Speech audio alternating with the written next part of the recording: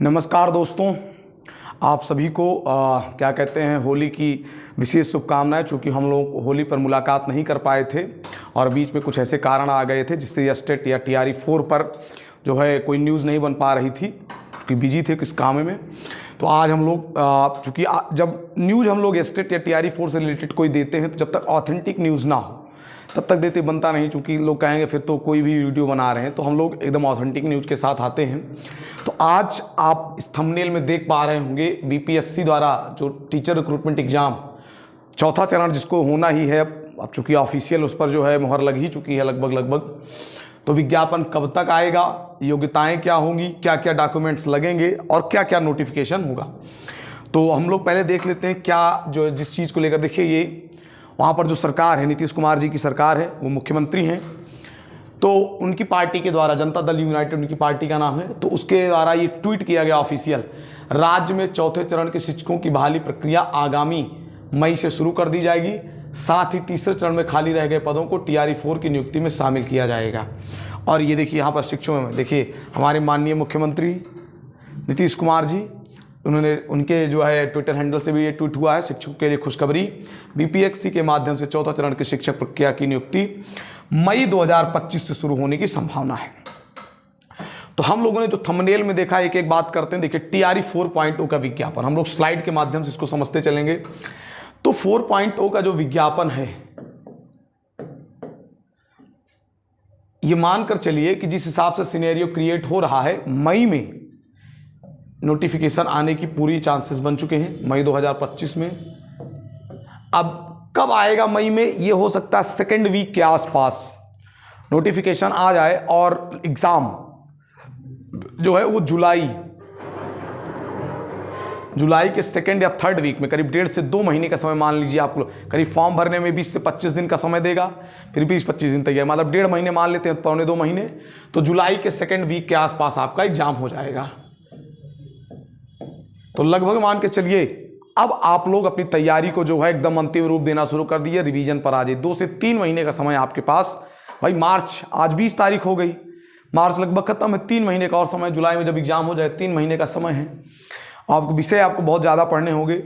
तो नोटिफिकेशन पर बात हो गई, जो और हम लोगों को बात करनी अगला है TRE 4.0 योग्यता क्या होगी। योग्यता पर सबसे ज़्यादा चर्चा होती है, तो हम लोग योग्यता पर चर्चा करते हैं। देखिए, योग्यता पर चर्चा कैसे करेंगे। देखिए, वहां पर जो वैकेंसी आती है 4 भागों में विभक्त होकर आती है, 1 to 5, 6 to 8, 9, 10th और 11th 12th, 4 भागों में बट के आती हैं, प्राइमरी, जूनियर, TGT और PGT। योग्यता क्या होगी, 1 to 5 के लिए जिन्होंने DLED किया होता है,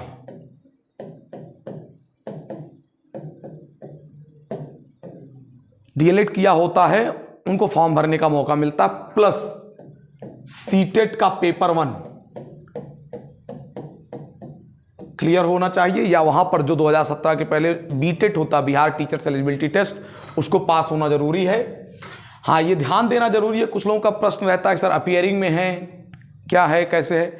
देखिए, TRE 1 की व्यवस्था अलग थी, वहां पर कुछ अपीयरिंग बच्चों को फॉर्म भरने का मौका दे दिया गया था, लेकिन अब ऐसा नहीं है। TRE 2 और TRE 3 से व्यवस्था बन गई है, जो कि सही भी है, क्योंकि कुछ लोग अपीयरिंग फॉर्म भरते हैं, उस पर कुछ फेल हो जाते हैं, कुछ पेपर छोड़ देते हैं, तो उनका रिजल्ट भी दाहिने बाएं करके बन जाता, तो बड़ी अव्यवस्था क्रिएट होती है। तो अब जो है वही है कि अंतिम तिथि तक, मतलब फॉर्म भरने की अंतिम तिथि तक जो भी आयोग निर्धारित करेगा, उस अंतिम तिथि तक आपके द्वारा योग्यता धारण कर ली जानी चाहिए। मतलब आपको वो, चाहे आपका एकेडमिक एग्जाम हो, इट मीन्स DLED हो, या फिर आपकी जो पात्रता परीक्षा सीटेट हो, वो पास होना जरूरी है फॉर्म भरने की अंतिम तिथि तक। तो योग्यता 1 to 5 में DLED, क्योंकि वहां पर उस सब्जेक्ट की बात नहीं होती है सामान्य विषयों में, प्राइमरी, तो इसमें बहुत दिक्कत नहीं। 6 to 8 में यहां पर ग्रेजुएट होना चाहिए व्यक्ति, ग्रेजुएट होने के साथ साथ वो BEd या DLED किया होना चाहिए,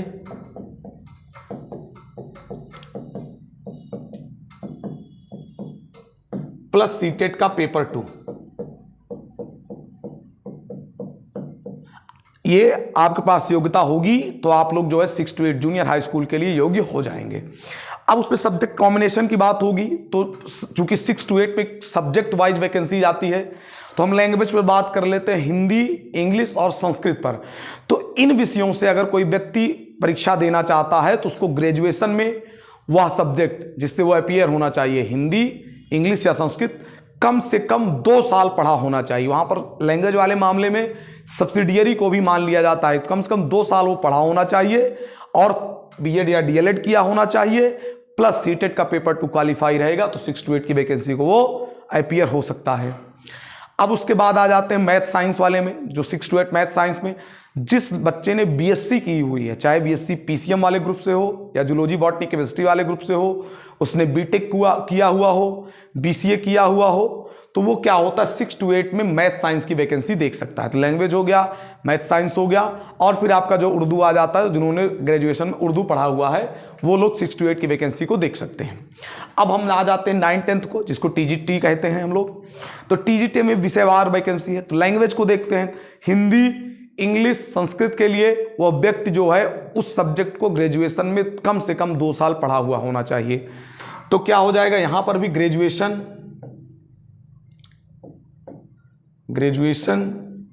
प्लस बीएड, यहां पर डीएलएड वाले योग्य नहीं होंगे 9th-10th में, प्लस इस जो एस्टेट एग्जाम होता है, एस्टेट का पेपर 1 क्वालिफाई होना चाहिए। अब मैं बता देता हूं, जैसे लैंग्वेज के लिए मैंने बता दिया, उस लैंग्वेज को व्यक्ति को ग्रेजुएशन में कम से कम 2 साल पढ़ा हुआ होना चाहिए, प्लस बीएड होना चाहिए, प्लस एस्टेट का पेपर 1 उस संबंधित विषय में क्वालिफाई होना चाहिए। टीजीटी मैथ्स के लिए व्यक्ति का जो है क्या कहते हैं, मैथ्स के साथ 2 और अन्य सब्जेक्ट भी ग्रेजुएशन में पढ़े हुए होने चाहिए। वो फिजिक्स हो सकता है, केमिस्ट्री हो सकता है, क्या कहते हैं आपका जो है कंप्यूटर हो सकता है, स्टैटिस्टिक्स हो सकता है। इन 5 सब्जेक्ट में मैथ कंपलसरी है, उसके साथ 2 अन्य सब्जेक्ट, मतलब 3 सब्जेक्ट इन 5 में से कोई ना कोई पढ़ा होना चाहिए। टीजीटी साइंस के लिए उसके पास योग्यता होनी चाहिए, को जूलॉजी बॉटनी केमिस्ट्री से पढ़ा हुआ होना चाहिए। इसी प्रकार अन्य विषयों में भी है कि उस विषय को उसको पढ़ा होना चाहिए ग्रेजुएशन में, प्लस बीएड प्लस एस्टेट का पेपर 1 क्वालिफाई होना चाहिए। हम बात कर लेते हैं 11th-12th पर, जो जिसको पीजीटी बोल दिया जाता है। पीजीटी में विषय योग्यता बहुत आसान है कि जिस विषय से आपको पीजीटी का एग्जाम देना है उस संबंधित विषय में आपको पोस्ट ग्रेजुएट होना जरूरी है। मतलब पीजी, उसके साथ आपको बीएड होना चाहिए, प्लस एस्टेट का पेपर 2 क्लियर होना चाहिए।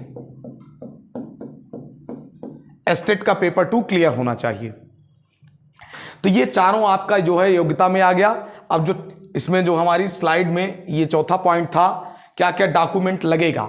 डॉक्यूमेंट में देखिए अपलोड करने में क्या होता है, जब आप मैंने कहने का मतलब ये था कि फॉर्म भरने की अंतिम तिथि तक आप पास आउट होने चाहिए, तो उसमें आपको कुछ फॉर्म भरते समय कुछ डॉक्यूमेंट्स अपलोड करने होते हैं। जैसे हाई स्कूल का सर्टिफिकेट अपलोड करना होता है डेट ऑफ बर्थ रिकॉग्निशन के लिए, आधार कार्ड अपलोड करना होता है।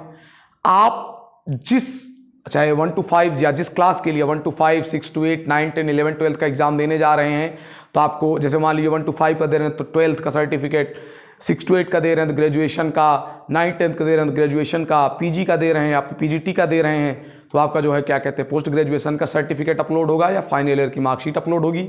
उसके साथ साथ बीएड या डीएलएड का सर्टिफिकेट या फाइनल ईयर की मार्कशीट अपलोड होगी, प्लस सीटेट या एस्टेट जो आपको एप्लीकेबल होगा उसका सर्टिफिकेट अपलोड होगा। तो ये सारे डॉक्यूमेंट्स आपको फॉर्म भरने की अंतिम तिथि के पहले आपके पास पीडीएफ में रेडी होने चाहिए, तो ये डॉक्यूमेंट्स अपलोड होंगे।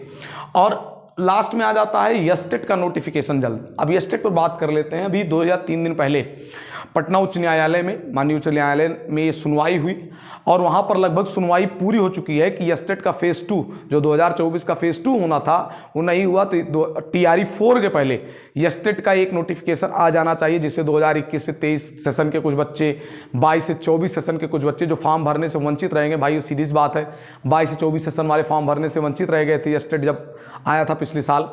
तो उन सब की मांगों को देखते अब देखिए माननीय उच्च न्यायालय का क्या फैसला आता है, उसके बाद ही बात होगी। लेकिन जहां तक उम्मीद है कि जो है अभ्यर्थियों के पक्ष में ही फैसला आएगा, तो जो है आप लोग जिन लोगों को टीआरई 4 देना है वो लोग बिल्कुल अपनी तैयारी को धार देना शुरू कर दें। अब दाएं बाएं ना करें, एनसीईआरटी किताबों पर अपना फोकस कर लें। जो है 40 नंबर का जो एप्टीट्यूड वाला पार्ट है उसके बीपीएससी के पीवाईक्यू सॉल्व करना शुरू कर दें। सिलेक्शन सुनिश्चित कर लें, क्योंकि अब जो है TRE 4 के बाद TRE 5 का क्या कुछ है, कुछ अभी बहुत भरोसा नहीं है। तो आप लोग तैयारी के लिए जो है जुड़ जाइए, हमारे चैनल से जुड़े रहिएगा, तैयारी यहाँ पर कराई जाती रहेगी। तब तक के लिए धन्यवाद, नमस्कार।